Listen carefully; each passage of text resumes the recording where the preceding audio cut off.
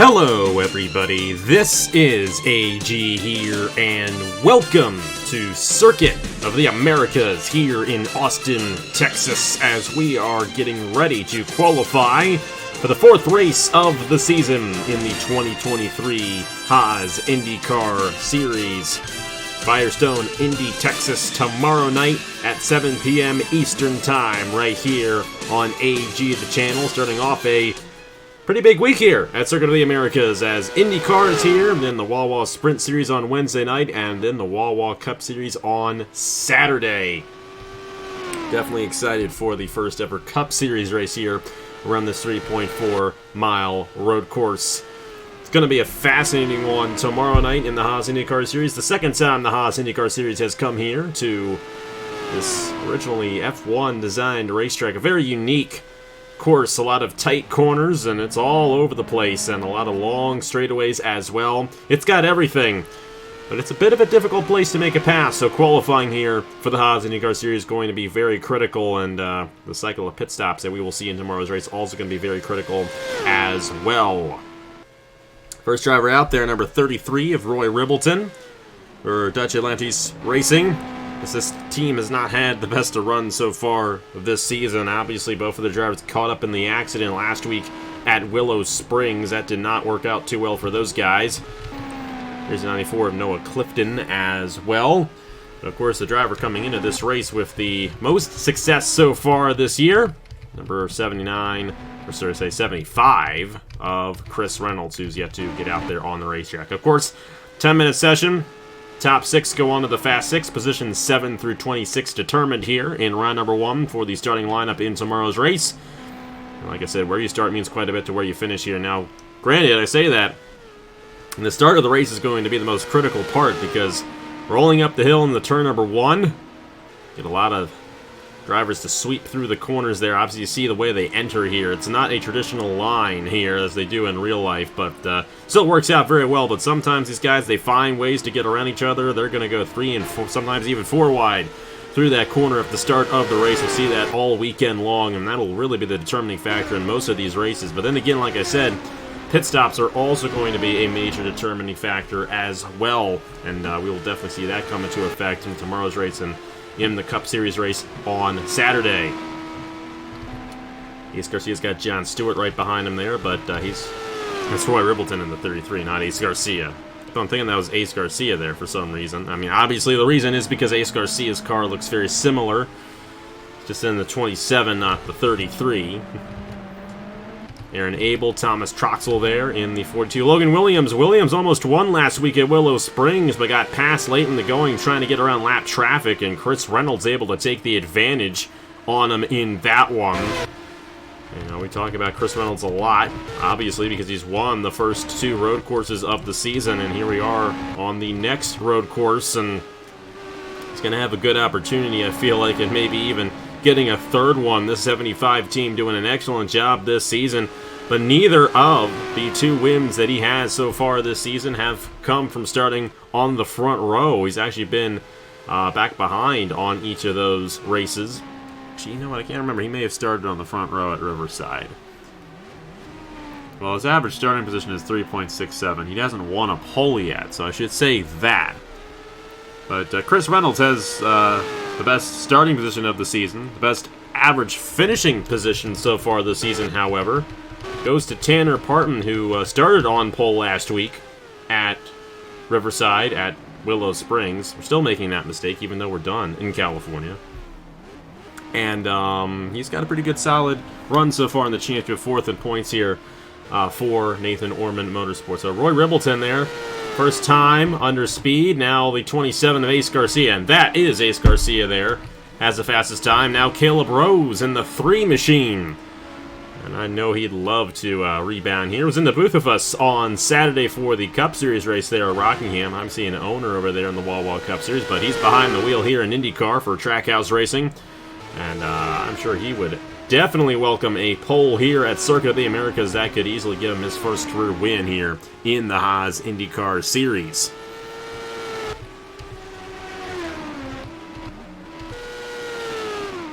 We've only had about 6 drivers complete a full lap under speed so far. Now the 52 of Eric Drew has gone to the top of the board there for Ryan Durrani Incorporated.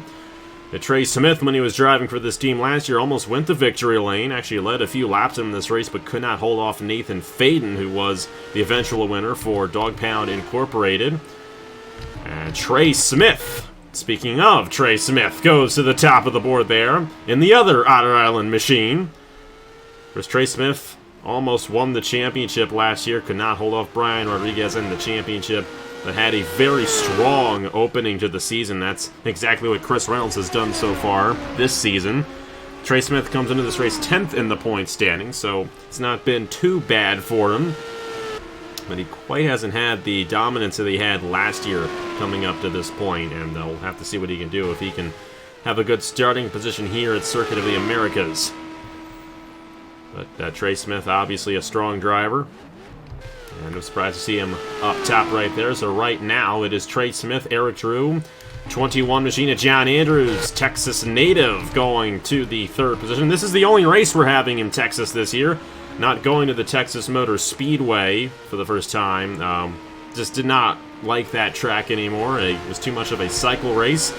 And obviously with cutting the season down to 16 races, some of the races had to go, unfortunately, and Texas was one of those that was a bit of an easy decision. But we're still in the state of Texas, of course, with this great track here, Circuit of the Americas. So this is the home race for John Andrews, and I'm sure he'd love to go to victory lane here. If John Andrews were to win, it would be his 3rd Haas IndyCar Series race victory. He's done it a couple times before in the open wheel machines. So Trey Smith, 95 of Cole Raymond, Eric Drew, John Andrews, 81 of Zachary Fitzwater, and Caleb Rose, currently the top 6. Now the Fast 6 this weekend, or this week. We're on Monday, it's kind of a weekend. It's kind of towards the end of the week, but not really. We'll have a 10-minute session for the Fast 6 due to the fact that this track is as long as it is. 5-minute session will not allow enough time for these guys to get around and complete a fast lap under speed. And unlike in NASCAR, and I think IndyCar may do it too, I can't quite remember, we do not start the lap before the actual start-finish line. It's just not really a good way to do that in the game. So they actually cross the start-finish line and then they have to come all the way back around. So not that would actually save us much time due to the fact that, a few extra minutes. What am I trying to say? It would not save us much time because it would only save a few seconds because they'd still have to get around and get up to speed before starting their fast lap, and just moving it up a little bit isn't going to change it. If they're on the racetrack, we just end when the timer runs out, so that's how all that's done. If you understood what I was saying, congratulations.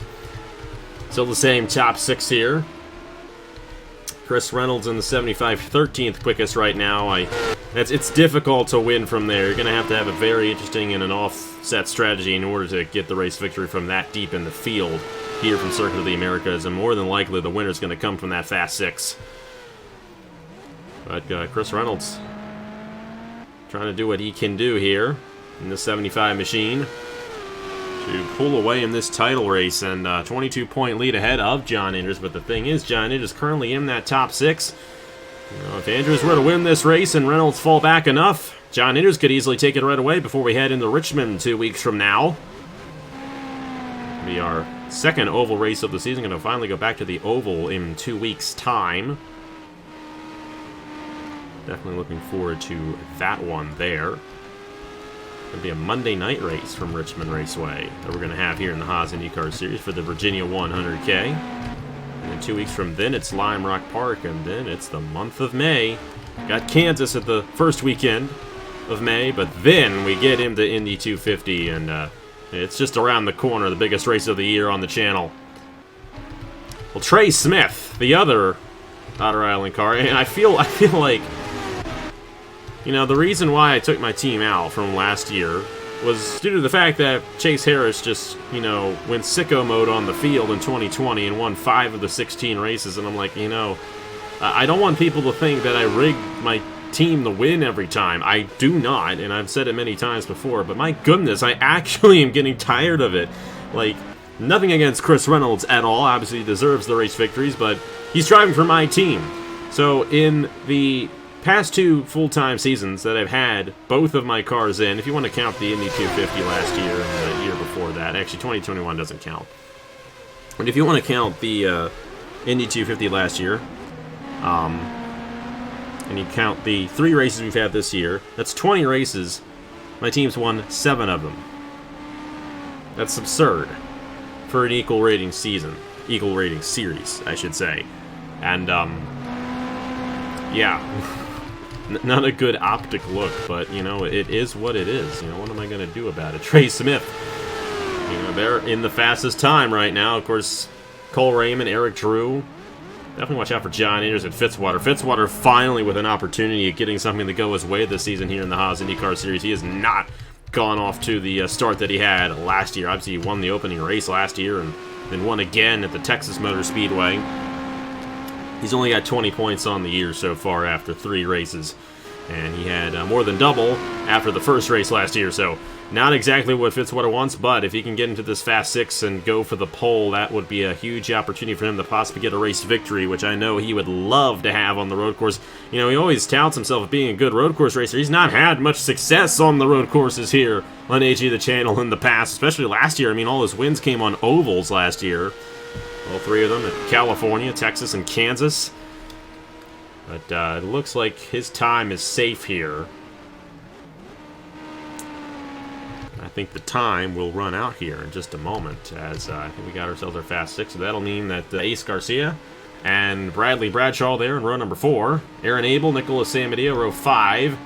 And we got the 73 there of Christian Vargas, and then Christian Master alongside him there in row number 6. Chris Reynolds and Angel Olvera in row 7. The 07 of Landon Smith Jr. and the 33 of Roy Ribbleton in row number 8. 94 Noah Clifton, 00 of Luna Lona in row 9.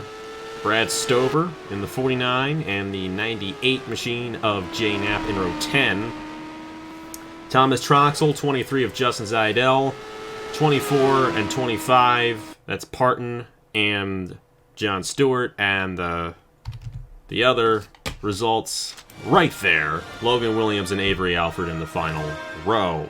But Trey Smith, Cole Raymond, Eric Drew, John Andrews, Zachary Fitzwater, and Caleb Rose will be going for the pole. Another 10-minute session. And the fastest time will start on the pole position and grab a point towards the championship here from Circuit of the Americas. Let's go ahead and see who wins the pole here in Firestone Indy Texas. And here we go for the Fast 6 here from Circuit of the Americas. To determine a pole winner here in the 4th race of the season. Trey Smith, Cole Raymond, Eric Drew, John Andrews, Zachary Fitzwater, and Caleb Rose here for this 10-minute session. And, of course, the fastest time wins the pole here for Firestone Indy Texas. Trey Smith, first driver out there on the racetrack. We'll have to see what he can do. And Zachary Fitzwater coming out here in the 81 machine. Of course, a 10-minute session for these drivers to have enough time to get around. Most of the other racetracks will do a 5-minute session in the last round for the Fast 6. We got the number 21 of John Andrews. Cole Raymond coming out there as well. And it's going to leave... Actually, Caleb Rose already out there, I should say, in the number 3 machine. We started a little bit later just so we had a little less time, get it done a little bit quicker. And just as a reference, the starting line and the finishing line is right there. It's not the first one that F1 uses. It's always going to be that second one there as they go up the hill. Caleb Rose going to start us off here. He's on his fast lap. Here comes Trey Smith coming around. Caleb Rose is actually far out and ahead. He's going to complete his first lap before Eric Drew even gets out there. Eric Drew starts his fast lap. Caleb Rose will already be done by the time Eric Drew gets out there for his fast lap in the 52. You know, qualifying, it's one of those things that when we were doing the Turkey Hill Truck Series last fall, I absolutely hated, and that's why we did what we did in the Wall Cup Series, where we just, randomize the starting lineup and just roll right with it.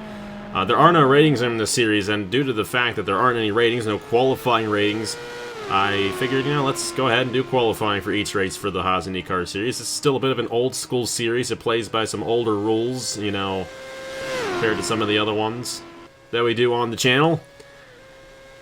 And sometimes I just have nothing to talk about with these qualifying sessions. I will say, though, Caleb Rose is definitely a driver who I know wants to get a race victory in the series. He's never won before on the channel. He's actually one of the few drivers in the series who has never won a race on the channel before. I mean, Luna Lona has gone the victory lane now in the Wawa Sprint Series. And yeah, that's the only other driver that's been added. But then that includes him. And then you have Avery Alford, who's not won before, Chandler Parton, Roy Ribbleton, Bradley Bradshaw, Aaron Abel, and Jay Knapp. All of those drivers looking to get their first career win as a driver on the channel. We'll have to see if Caleb Rose can finally break that and get his first career win. And across the line right here, to complete his fast lap, he's going to go to a 1:52.022. We'll have to see what that benchmark is. Eric Drew is coming around to start his fast lap, his first fast lap in the number 52 machine. And Trey Smith's going to be the next driver here to complete a fast lap, and then Zachary Fitzwater in the 81 here will be next. John Anders will be shortly after that. And Cole Raymond in the 95, also out there behind John Anders, is on his first fast lap, and Eric Drew on his. So here we go. Gonna get a few of them knocked out right here in a row. Trey Smith in the 79 for Otter Island Motorsports. Even though this team has won twice already this season, they've yet to get a pole. We'll have to see what the defending Indianapolis 250 champion can do here. Across the line, 79 goes to second, 1:52.268. We'll see what Fitzwater can do. Caleb Rose still holding on to that top position right now in the number 3. Zachary Fitzwater in the 81 machine. Going to come out of the final corner. Is it, what, a 20-turn road course, I think? I should always do my research on the turns before I get out there. Fitzwater to second. Just a nudge below Caleb Rose right there. John Anders next in line. The number 21 machine. Crown Ultra Racing. Of course, John Anders second in the points coming into this race, so he has a great opportunity at taking the points yet away from Chris Reynolds if things go his way tomorrow. And things just went his way right here. To the top of the board for John Anders, 1:51.532. Cole Raymond going to take the outside pull away, 1:51.558. Caleb Rose on his second lap. Will he be able to defeat that 1:51? No improvement there on the 3. Third place is still good. Eric Drew, the last driver to complete a fast lap under speed here. Let's see what he can accomplish as he comes across the line. John Anders looking really good. An extra bonus point towards the championship as well would not hurt either for John Anders.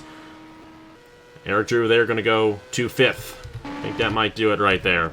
And obviously you can tell by how much time is left here in the session that it was a good idea to go 10 minutes because we're now 7 minutes in and we finally got all 6 of them to complete a lap under speed. Well, Trey Smith will get a second lap here. We'll have to see if that affects the time. Odds are I don't think the second lap here. It's just such a long road course and a lot of tight corners. Tire wear is going to be a little bit more significant here than it is at some other of the road courses that we have. So the second lap, just due to the fact that this track is so long, may not end up being as well, and Trey Smith does not improve. We'll have to see what the 81 does. Zachary Fitzwater looking to start 4th. Still a great starting position regardless for Fitzwater after he has not had a good start to the season at all. A lot of issues to open up the season here for his new team. And Dog Pound Incorporated across the line for Fitzwater. And again, no improvement there on the 81. And here is John Anders, who already has the provisional pole right now, the 1:51.532. He and Cole Raymond both a half a second quicker, roughly, than the rest of the field here in this session. So these guys definitely look like they're going to be the class of the field tomorrow. We'll just have to see if that is the case. Of course, that start, you might want to watch out for Caleb Rose starting in 3rd, possibly slinging it to the inside of turn 1. Cole Raymond, no improvement either. And Caleb Rose, this is his 3rd lap here. And I don't think he's going to get much of an advantage there either, so that will do it. Eric Drew is going to be the last one to complete a second lap, but I don't think these second laps are really going to be much to behold for these drivers.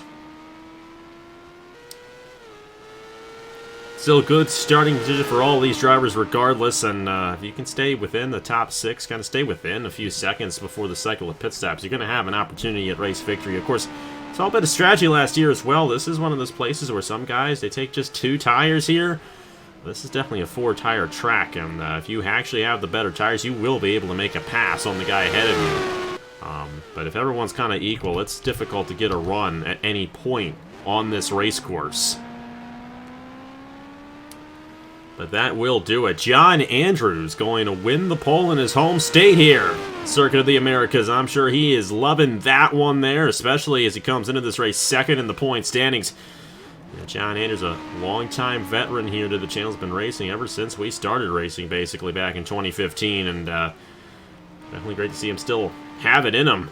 And that number 21 machine here in the Haas IndyCar Series, he will be going for his 13th channel win tomorrow, which Thomas Troxel won his 12th career race on Saturday in the Wawa Cup Series.